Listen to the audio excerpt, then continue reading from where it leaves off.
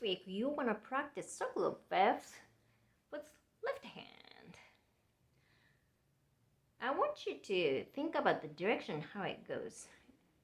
So if you go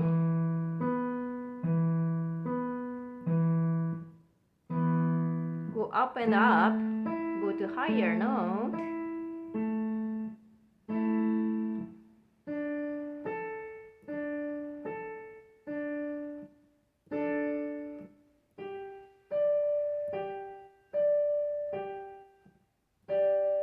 you have to keep moving. Or if you go down, you have to keep moving. So to stay around somewhere around here in the middle, so that you don't have to move around, I want you to go down, up, down, up, down.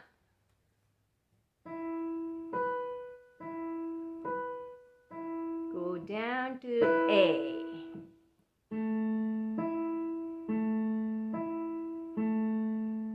And go up to D.